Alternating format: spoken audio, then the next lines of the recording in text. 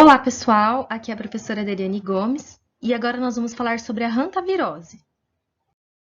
A hantavirose ou antavirose é causada pelo hantavírus que pertence à família Bunhaviridae.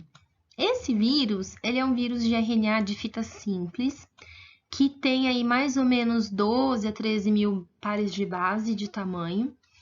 E ele tem uma característica interessante que ele é um RNA segmentado. Então, são 3 segmentos que recebem nome de acordo com o seu tamanho. Então, o segmento grande chama segmento grande. Não é muito criativo, mas é fácil de memorizar. Um segmento médio e um segmento pequeno. E ele ainda é um vírus envelopado, então a gente pode utilizar essa informação no momento de escolher aí um desinfetante adequado para a profilaxia desse vírus. Existem vários membros no grupo dos hantavírus, e por membros, pessoal, entendam como variantes, linhagens. Então, a gente tem linhagens que vão causar a febre hemorrágica com síndrome renal. Então, como o nome diz, a sintomatologia está relacionada com alterações renais e com alterações hemorrágicas. E a gente tem 24, mais ou menos, 24 variantes que causam a síndrome cardiopulmonar pelo hantavírus, que são aí as cepas que acontecem, a maior parte das cepas que ocorrem aqui na América. E temos um outro detalhe. Quando eu falo hantavírus, a primeira coisa que vem à cabeça das pessoas é o quê? É um roedor. E, de fato, a gente tem aí diversos roedores que são responsáveis pela transmissão das diferentes linhagens, né, das diferentes variantes de hantavírus. E aí, pessoal, o que acontece é que cada tipo, cada uma dessas variantes tem a habilidade de infectar um tipo específico de roedor.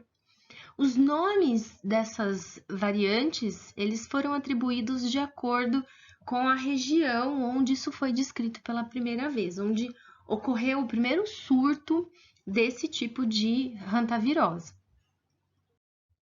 Aqui a gente tem uma tabela bem interessante que mostra pra gente o nome do hantavírus, o nome que a variante recebeu, a região onde ele foi descrito pela primeira vez, qual tipo de roedor está funcionando como reservatório para esse vírus, qual tipo de síndrome que está sendo provocada e qual a letalidade dele. Então, a gente tem aí várias variantes, né? Diversas variantes que foram descritas na América. Vou mencionar para vocês a do Brasil. Então, vamos lá. O hantavírus que a gente teve descrito nesse trabalho aqui, que foi isolado no Brasil, foi o Juquitiba. Então, provavelmente esse surto aconteceu na região de Juquitiba. O reservatório dele é o roedor Bolomys lasiurus. Ele provoca síndrome cardiopulmonar e a letalidade está entre 40% e 50%. Pessoal, uma letalidade de 40% a 50% é uma letalidade muito alta, tá? Então, só para vocês terem uma ideia de como a gente tem aí diversas linhagens, né? E observem aqui que a gente tem diversos roedores que funcionam como reservatório. Bom, pessoal, a gente tem hantavírus sendo isolados aí em todas as partes do mundo. Mas epidemiologicamente, ele tem alguns comportamentos que são importantes, né? Que a gente tem que levar em consideração. O primeiro item que a gente tem que considerar é a presença do roedor, uma vez que ele é o reservatório. Então, todas as vezes em que o homem tem um contato próximo com o roedor, mesmo que ele não veja o roedor, mas ele tem um contato com o ambiente onde o roedor frequenta, ele está exposto. Então, veja, em áreas rurais que a gente tem alta densidade de roedores, por quê? Por conta da oferta de alimento.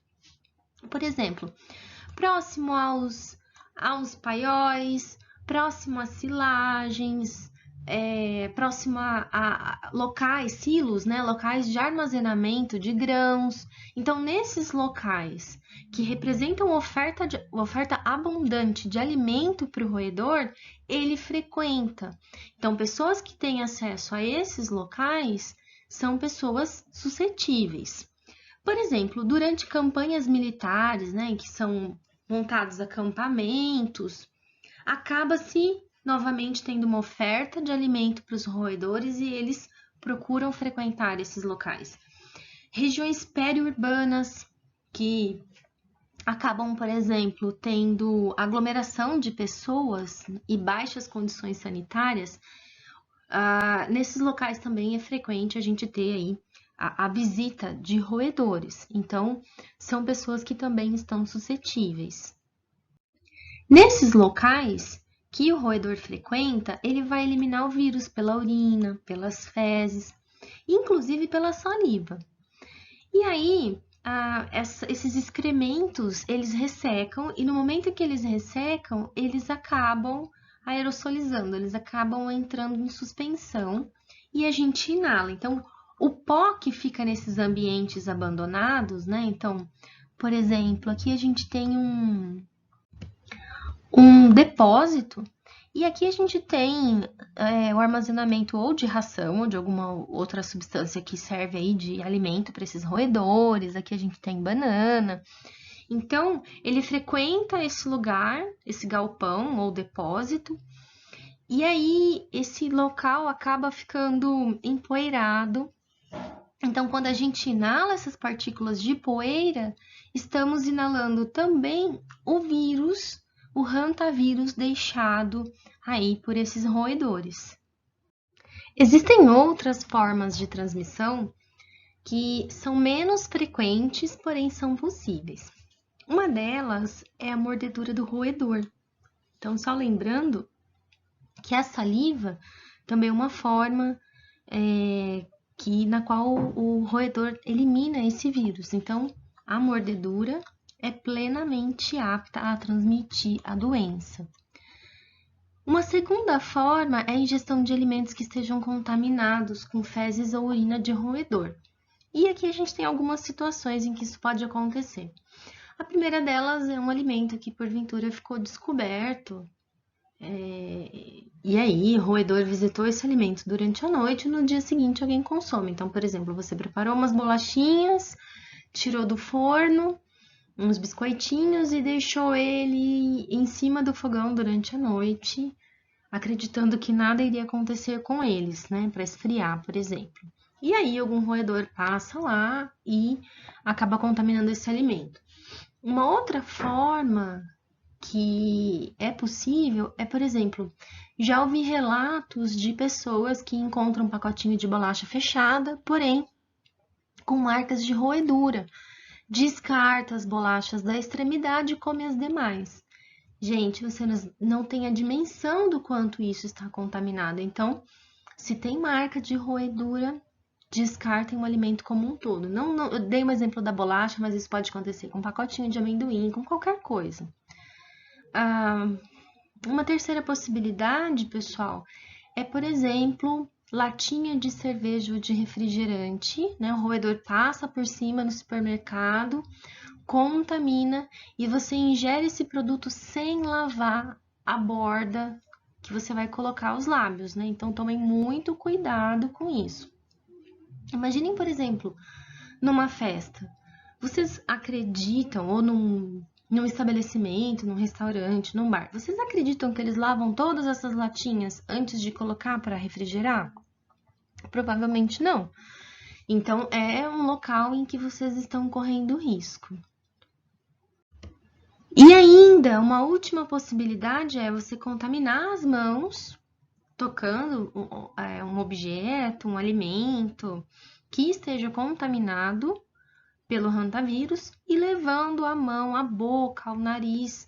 É bem menos frequente, mas também pode acontecer. Então, pessoal, imaginem que vocês estão visitando uma construção, por exemplo, que está abandonada há um bom tempo, está fechada há um bom tempo. Ou locais aí em que a gente tem a visita frequente, locais em que estejam infestados por roedores, por exemplo, os paióis de uma fazenda, galpões de armazenamento, galpões que são utilizados para armazenamento de grãos, porões, enfim, sótãos, qualquer construção que esteja abandonada. Então, nesses locais, além de termos aí a visita frequente de roedores, são locais que não ficam recebendo limpeza. Então, acumula-se bastante poeira nesses locais, né? E você inalando essas poeiras, você está correndo risco. O que mais? Quando você frequenta construções que estão próximas a matas. E aí, nessas construções, por mais que seja realizada nessas residências, né, por mais que seja realizada a limpeza, a proximidade com o habitat natural desses animais é muito grande. Então, o que acontece é que eles vão até essas residências à procura de alimentos. Normalmente, a inalação dessas partículas, ela acontece quando formam-se partículas em suspensão. Então, isso pode acontecer no momento em que você está limpando esse ambiente, e aí no momento que esse ambiente está sendo limpo, por exemplo,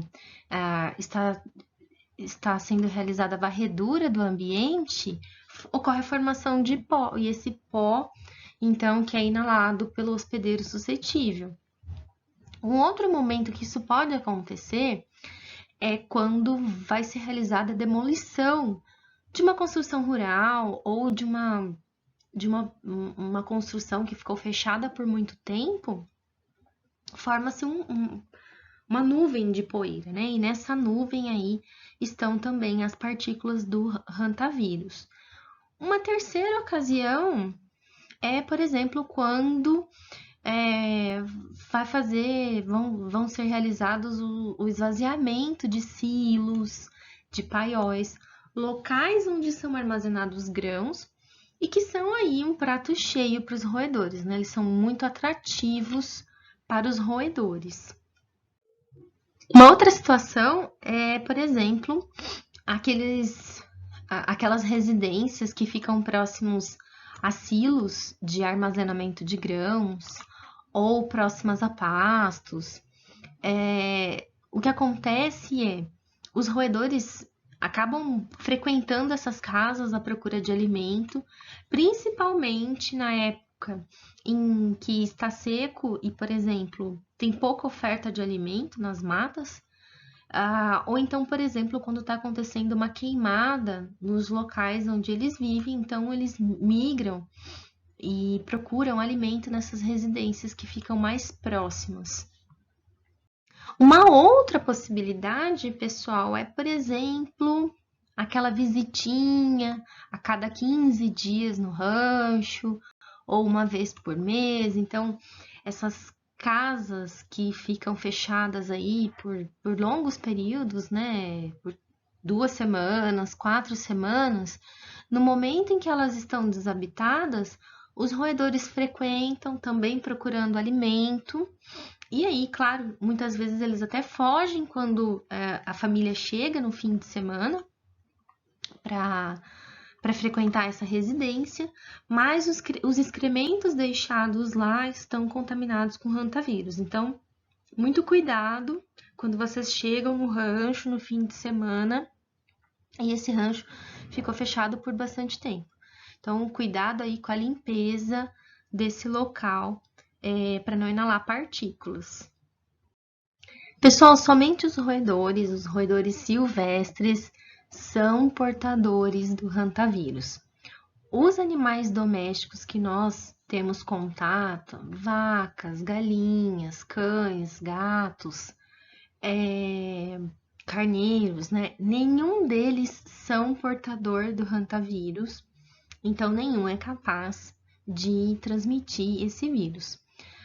Aqueles roedores pets, que são normalmente reproduzidos em laboratório, eles também não são portadores. Então, vocês podem ficar tranquilos podem brincar normalmente, né, com seus roedores pets, né, que eles não vão transmitir essa doença. Porém, a gente sempre tem um cão, um gato raiz, né, que caça. E aí ele chega em casa com um presente desse daqui para vocês. Nesse caso, pessoal, ele tá oferecendo risco, tá? O cão, ele continua não sendo portador. Mas o cidadão que ele trouxe de presente para casa como troféu, porque ele é um bom caçador, esse sim oferece risco. Então, o risco que os nossos cães e gatos oferecem em relação à hantavirose é trazer esses animais para dentro de casa após uma caça, tá? Esses cães e gatos raiz, que ainda existem hoje em dia, né? Muito embora a gente esteja com muitos cães e gatos aí que têm medo de roedores, né? Pela forma como eles foram criados. E adivinhem, pessoal, quem são os profissionais que mais apresentam hantavirose? No Brasil, mais da metade das pessoas que apresentam hantavirose estão ligadas com atividades agropecuárias, então fazendeiros, engenheiros agrônomos, médicos veterinários, pois é. E aí os outros quase 50% são compostos pelos geólogos, trabalhadores de construção civil, principalmente aqueles que realizam obras em propriedades rurais, e biólogos, porque eles estão mais expostos, né? Esse grupo de profissionais estão mais expostos ao vírus circulante. Pessoal, não existe evidência da transmissão pessoa a pessoa, né? Então, transmissão interhumana. Mas houve um episódio, né? Um surto na Argentina. E lá, o que aconteceu? Os profissionais da saúde que estavam cuidando desses pacientes com hantavírus, esses profissionais adoeceram. Porém, até o momento, foi o único caso em que isso aconteceu. A cepa que provocou o surto lá, foi a cepa Andes. Então, até agora, a gente não teve nenhum outro relato em outras partes do mundo com outras cepas causando essa mesma transmissão pessoa a pessoa, tá? Mas ocorreu um episódio, então fiquem atentos, porque eventualmente isso pode vir a ocorrer novamente. Então, é uma possibilidade que existe. Bom, pessoal, de modo geral, né, como eu mencionei para vocês, os roedores são os responsáveis pela transmissão do hantavírus. Os ratos novérgicos e o ratos, eles são responsáveis por transmitir a variedade CU do hantavírus, que é uma variedade que causa febre hemorrágica com síndrome renal. No Brasil, nós temos 3 espécies de importância responsáveis pela transmissão desse vírus. Bom, então nós temos o Bolomys lasiurus, que transmite em toda a região sudeste e centro-oeste, o Oligorhizomes nigripes, que transmite na região sul, e o Holóquilus, que foi descrito como reservatório transmissor lá no estado do Maranhão. E aqui nós temos a carinha dos 3 reservatórios brasileiros. Então, o Bolomys lasiurus, o Oligorhizomes nigripes e o Holóquilus brasiliensis. Essa imagem, ela nos mostra aí uma distribuição dos casos de hantavírus no Brasil entre os anos de 1993 e 2001. Bolinha representa casos de síndrome cardiopulmonar e asterisco representa casos de febre hemorrágica com síndrome renal. Então, observem que a grande maioria dos casos no Brasil são provocados pela variante tipo síndrome cardiopulmonar. E nesse período relatado, nós tivemos 2 focos de febre hemorrágica com síndrome renal. Bom, pessoal, em particular nos estados de São Paulo e Minas Gerais, nós temos observado uma sazonalidade nos casos que acontecem principalmente nos meses de junho e dezembro, porque são meses aí em que a gente observa um período de seca e o ambiente silvestre acaba oferecendo pouco alimento para esses roedores, portanto, eles acabam procurando as residências. Uma outra coisa que eu quero chamar a atenção de vocês é que casas próximas a terrenos abandonados, né, terrenos que tem aí crescimento de mato e, consequentemente, servem para abrigar esses roedores, essas casas que ficam nessa proximidade, então, elas também correm maior perigo, porque esses roedores vão buscar alimento nos locais que estão mais próximos.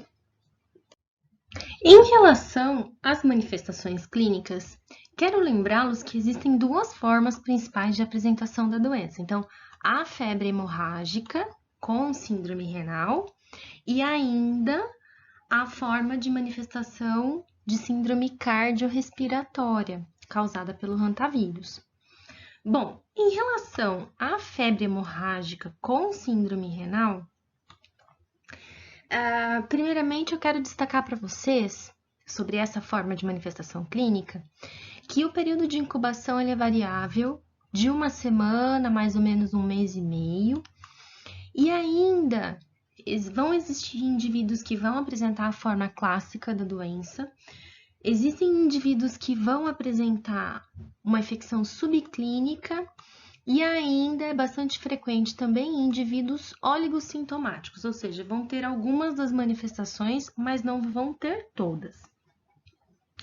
Se o indivíduo vier manifestar a doença na sua forma clássica, a evolução ela tem 5 fases. Então, é uma doença com historinha, como eu sempre falo para vocês, né? Ela vai contar a historinha completa em 5 fases.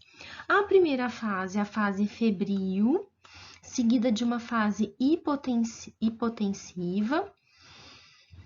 Em seguida, vem uma fase de oligúria. O oposto acontece na 5ª fase, então uma fase diurética. E, por fim, a fase de convalescença. Algumas vezes, esses períodos, essas fases, elas podem se sobrepor. E outras vezes, algumas fases podem não acontecer. Bom, pessoal, a síndrome febril hemorrágica, a fase 1, então, ela é caracterizada pela fase febril. O início dessa fase febril costuma ser bastante abrupto, então, as manifestações surgem de um momento para outro, bem repentinamente, e são caracterizadas por febre, uma febre bastante alta, acompanhada de calafrios, aquela dor de cabeça que se inicia atrás do globo ocular, né, a cefaleia retroorbitária. O indivíduo fica com fotofobia, muitas dores musculares, dor abdominal, náuseas e vômito. Então, observem que são sintomas bastante diversos e intensos. Em um segundo momento, não é obrigatório acontecer, mas é bastante comum, ocorre uma hiperemia cutânea difusa. Várias partes do corpo são acometidas. Normalmente a gente observa, então, que ela se estende da face até a região de tórax. Então, vejam, pode atingir face, pescoço, a região superior do tórax. Podemos encontrar petequias tanto no palato mole quanto nas axilas.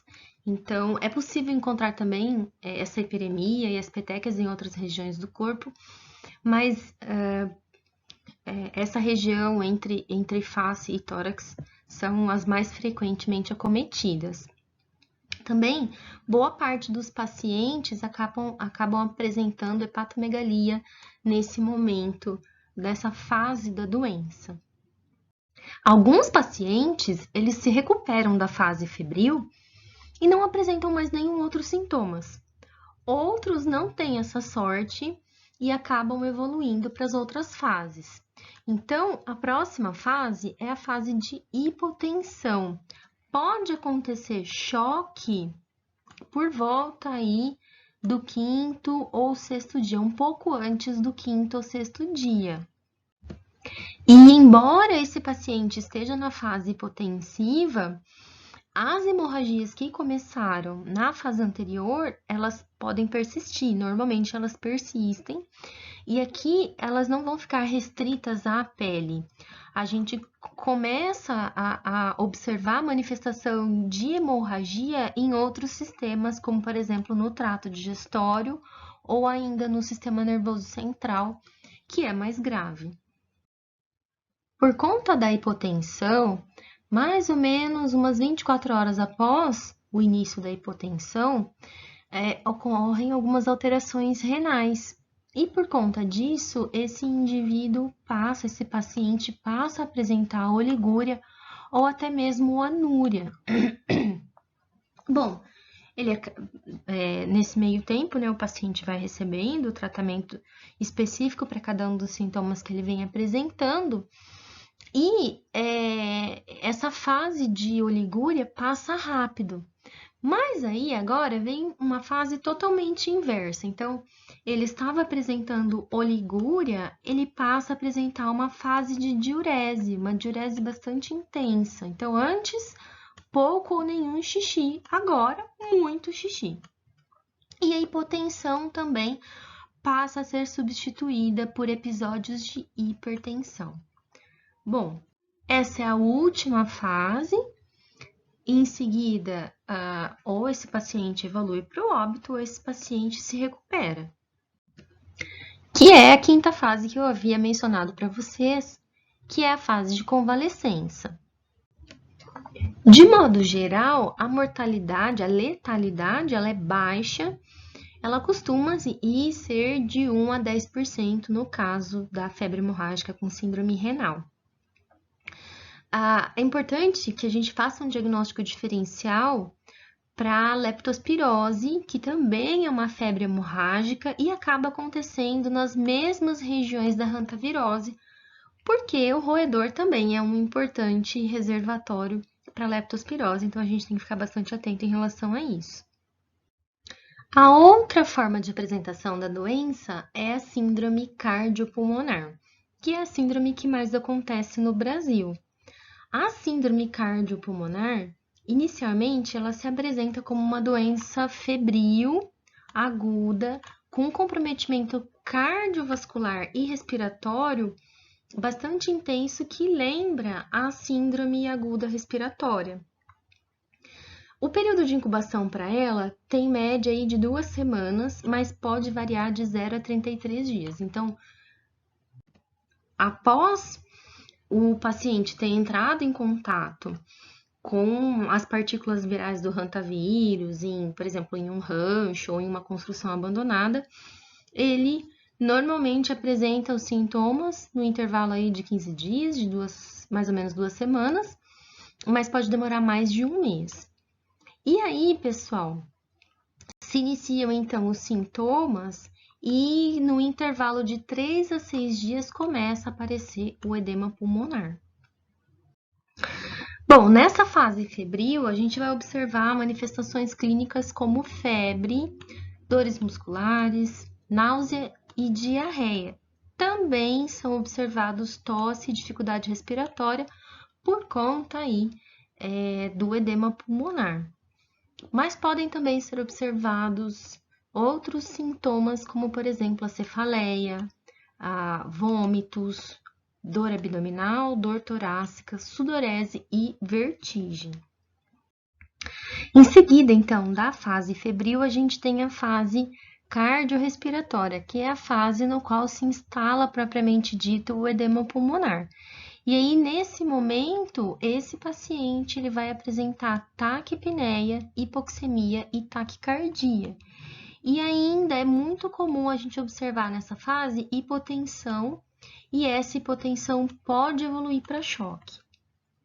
Então, como é realizado o diagnóstico das hantaviroses?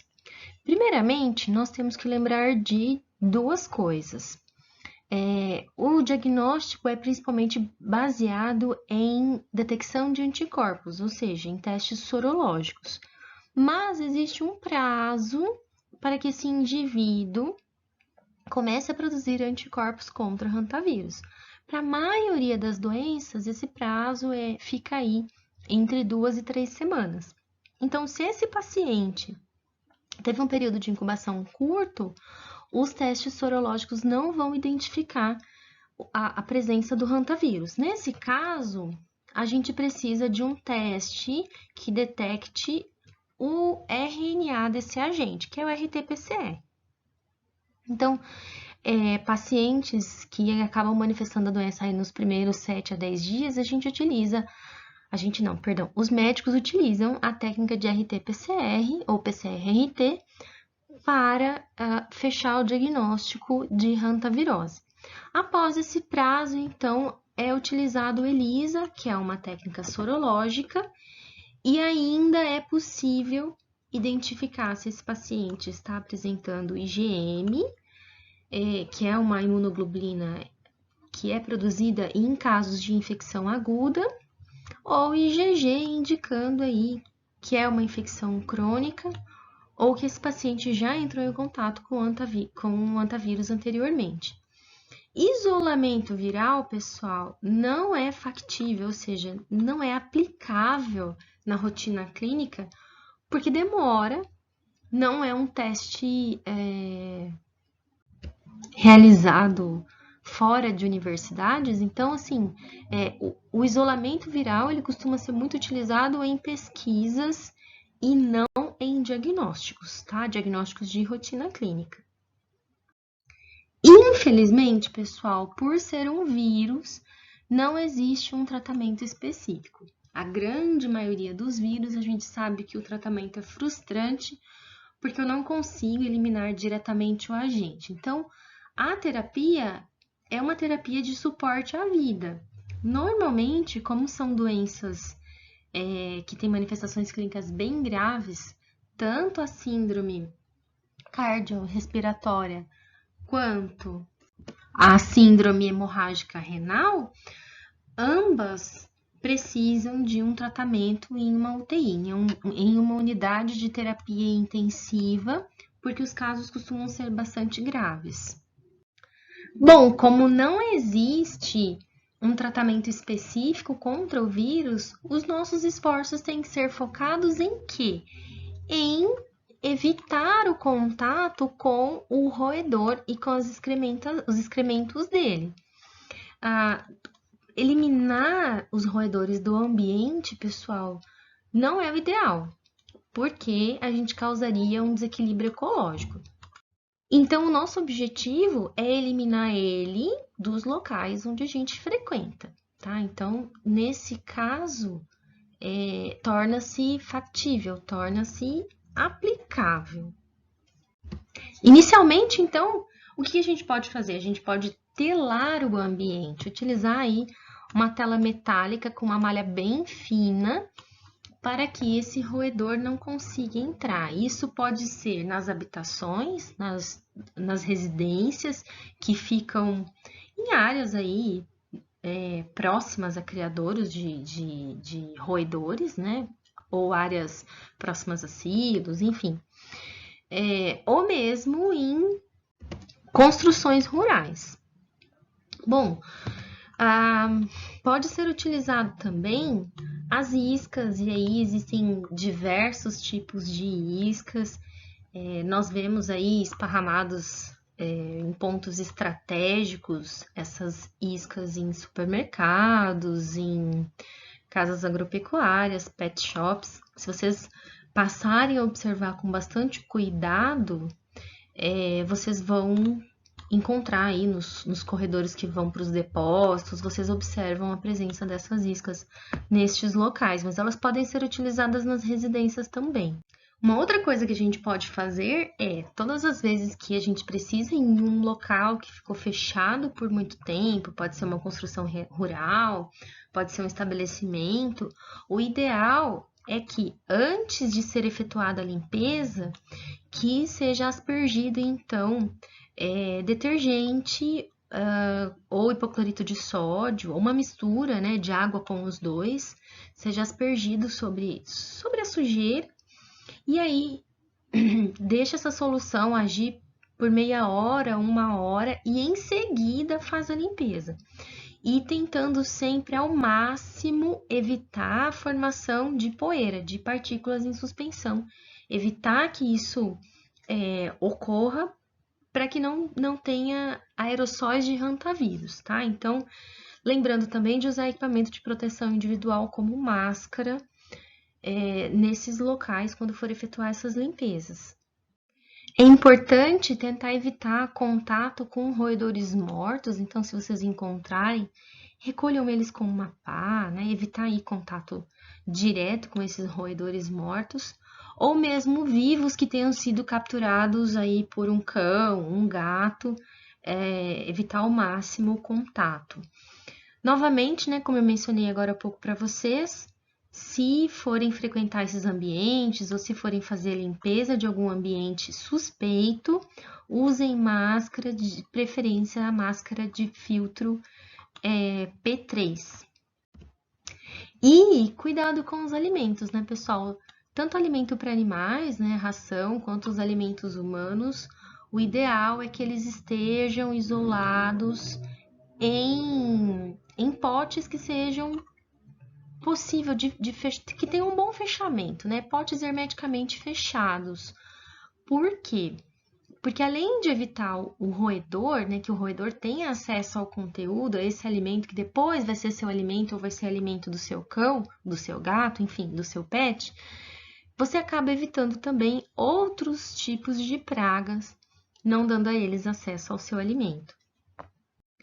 Uma outra coisa, pessoal, é que a gente tem a obrigação, o dever de orientar a população de áreas rurais sobre o perigo dessa doença, porque muitos deles desconhecem essa doença.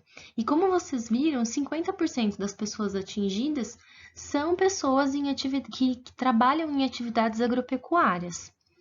Por fim, porém não menos importante, lembrar que as atividades de lazer, então caça, pesca, acampamento, que vocês vão, né, para locais que, por exemplo, vão para um rancho que ficou 1 mês fechado, lembrem-se que nesses momentos também existe risco.